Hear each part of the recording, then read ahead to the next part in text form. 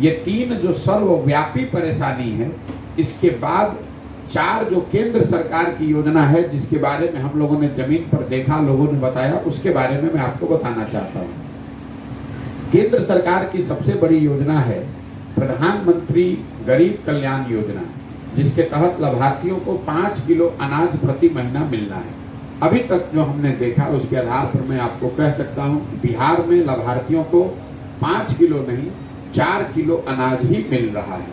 और इसकी वजह यह है कि प्रखंड और जिला के स्तर पर जो अनाज आ रहा है, हर प्रखंड में करीब 15 से 25 हजार क्विंटल अनाज हर महीने आता है इस योजना के तहत। इसमें प्रति क्विंटल 35 से 40 रुपए की दर से लोग पैसा ले रहे हैं। पैसा लेने वालों में जनप्रतिनिधि और अफसर दोनों शामिल हैं। ज़्यादातर जगहों पर लोग बताते हैं कि इसमें विधायक भी शामिल हैं।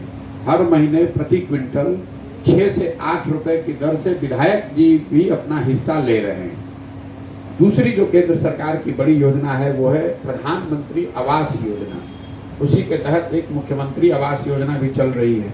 तो रास्ते में जो लोग हम लोग को मिलते हैं, अभी तक ज़्यादातर लोग इसको इंदिरा आवास की योजना के नाम से ही जानते हैं, क्योंकि उसी के ज़्यादा लाभार्थी हैं।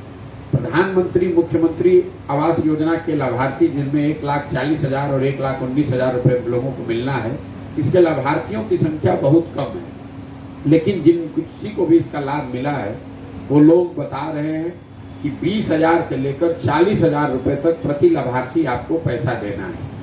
कुछ जगहों पर जहां जनप्रतिनिधि पैसा नहीं ले रहे हैं, वहां पर भी 20-25 हजार रुपया अफसर तो लेगा ही लेगा। जहां जनप्रतिनिधि भी पैसा ले रहे हैं, वहां लाभार्थियों को 35,000 40,000 रुपया देना पड़ रहा है। तीसरी जो केंद्र सरकार की बड़ी योजना है वो है स्वच्छ भारत अभियान, जिसके तहत यहाँ पर लोगों को शौचालय बनाने के लिए 12,000 रुपये मिलने थे। अभी मैं 3600 से ज़्यादा गाँव में गया हूँ और हर जगह ODF घोषित कर दिया गया है। लेकिन मैं दावे के साथ आपको बता रहा हूं कि बिहार में खुले में शौच आज भी ज़्यादातर गांवों की सच्चाई है। शायद ही कोई ऐसा गांव है जहां हम लोग गांव से पैदल चल के निकले हो और खुले में शौच न दिखा हो। इसकी एक बड़ी वजह यह है कि बिहार में इस योजना के तहत 12,000 में 2,000 रुपया अधिकारियों ने लिया और 10,000 रुपया लोगों को दे दिया। एक ही शौचालय के 10 बार फोटो लगाए गए, लोगों ने ना शौचालय बनाया ना उसका उपयोग कर रहे हैं, पैसे का बंदरबाट हो गया। चौथी एक जो केंद्र सरकार की बड़ी योजना है वो है मनरेगा की। मैं जब बिहार में चलना शुरू किया था तो मेरा अपना अनुमान था कि चूंकि यहाँ 60% लोग भूमिहीन हैं, इतनी बड़ी संख्या में पलायन होता है, तो मुझे हर गांव प्रखंड में मनरेगा के सक्रिय काम दिखेंगे। मैं आपको ये दावे से बता रहा हूँ, अभी तक मुझे मनरेगा का कोई भी सक्रिय काम दिखा ही नहीं। रास्ते में चलते हुए लोग ये जरूर बताते हैं कि ये पेड़ भैया मनरेगा के तहत लगाया गया है या मिट्टी का भराव मनरेगा के तहत किया गया।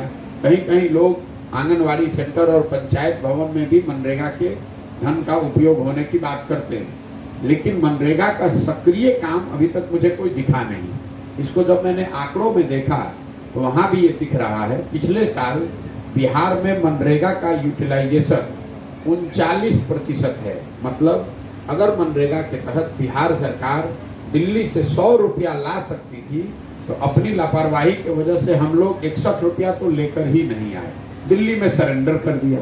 और जो 39 रुपया यहाँ आया उसमें करीब 40 से 50% के दर से PC भ्रष्टाचार के नाम पर उसका बंदरबाट हो गया।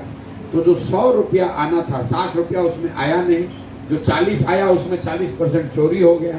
तो मिला जुला के 20 से 25 रुपया ही जमीन पर पहुंचा है। ये केंद्र सरकार की 4 बड़ी योजनाओं का जो खाका हमने देखा। इसके अलावा जो राज्य सरकार की योजनाएं हैं उस पर मैं कुछ बताना चाहता हूं आपको। राज्य सरकार की योजना 7 निश्चय के तहत जो चलाई जा रही थी, उसमें सबसे बड़ी योजना, पहली योजना थी बेरोजगार युवाओं को बिहार में हर महीने 1,000 रुपये की सहायता। ये तय किया गया था कि बिहार में 18 से 35 साल के हर व्यक्ति को, हर युवा को, जब तक उसको नौकरी नहीं मिले सरकार प्रति माह 1,000 रुपये देगी। इसकी घोषणा 2015 में की गई थी।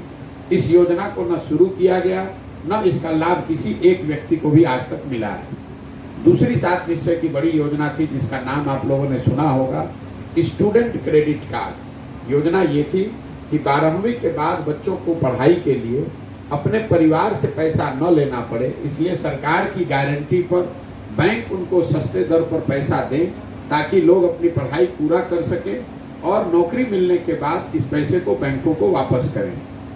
योजना बनाते समय चूंकि मैं